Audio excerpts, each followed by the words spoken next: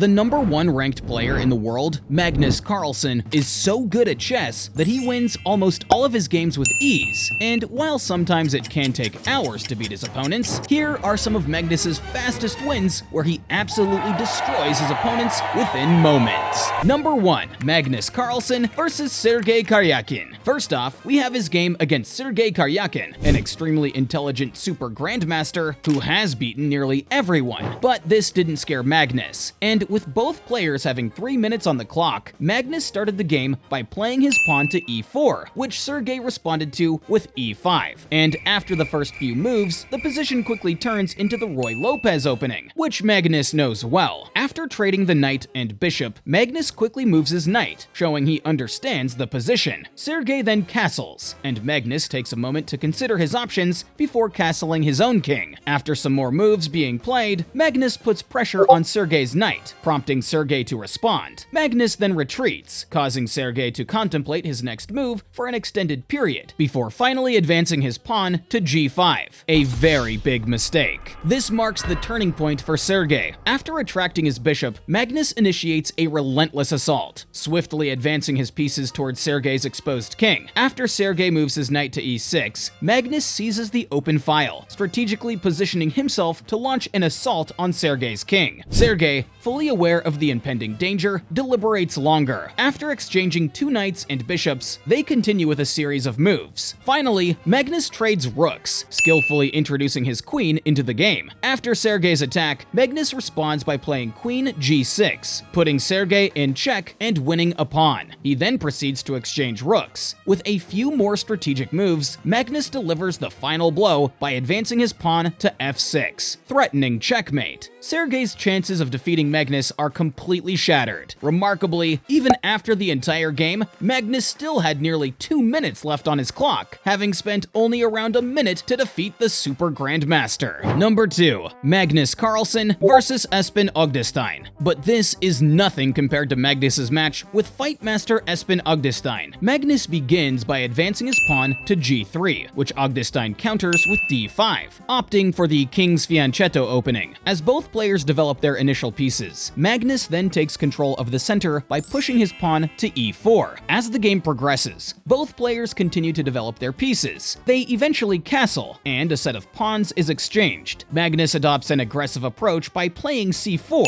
putting pressure on his opponent to capture the pawn. Ogdestein, growing impatient, taps the table with a piece a few moves later. Magnus then brings his knights into the game, positioning them to attack Ogdestein's king. With his pawn on h6, Magnus prepares for a deadly assault. Ogdestein, unfortunately, makes a critical error by capturing Magnus's knight, allowing Magnus to activate his rook. Magnus skillfully maneuvers his rook, aligning it with Ogdestein's king, seeking checkmating opportunities. Ogdestein responds by moving his king to h8, inadvertently allowing Magnus to capture a free pawn. After trading knights and bishops, Magnus brings his queen closer to Ogdestein's king. Now, Magnus is on the hunt for the decisive move, which he discovers by advancing his rook to g6. Despite Ogdestein's contemplation, his subsequent move of the knight to f6 proves ineffective. Magnus seizes Ogdestein's pawn with his bishop, leading to further piece exchanges. Finally, Magnus delivers a forced checkmate. In total, Magnus Carlsen used only 18 seconds to destroy this chess master. Number 3. Magnus Carlsen versus Bill Gates. However, in Magnus Carlsen's next game, he was about to defeat Bill Gates, the richest man alive, while only using 12 seconds on the clock. Bill Gates, playing with the white pieces, confidently begins with e4. Magnus responds by moving his knight to c6. Bill then advances his knight to f3. Now, Magnus plays d5, quickly pressuring Gates to either capture his pawn or risk being captured. Gates chooses a third option, defending the pawn with his bishop. Magnus continues with knight f6, adding more pressure on Gates's pawn. Eventually, the pawns in the center are traded off, bringing Magnus's queen into play. Magnus's pieces are becoming more active, while Gates's pieces appear somewhat passive. Gates then attacks Magnus's queen, but Magnus swiftly moves out of harm's way. This move seems to confuse Bill Gates, who studies the chessboard, unsure of which move to play. In this critical position, Bill Gates decides to castle, the worst possible move in the position. With Magnus's pieces already surrounding his king, Magnus plays bishop g3, putting a double pin on Gates's queen while also threatening some nasty attacks. Magnus instantly brings his knight in. Bill Gates captures Magnus's seemingly free bishop, which Magnus anticipates. However, despite Gates's initial confidence, the position is now completely lost. Gates then takes Magnus's knight, a move that surprises Magnus, as if Gates were a beginner. In a swift and decisive finale, Magnus Carlsen delivers the final blow with Queen H2 checkmate. Remarkably quick, he manages to defeat the richest man in the world in only 9 moves, using less than 12 seconds. Number 4. Magnus Carlsen versus Lars Monson. But Magnus's next feat is much more impressive,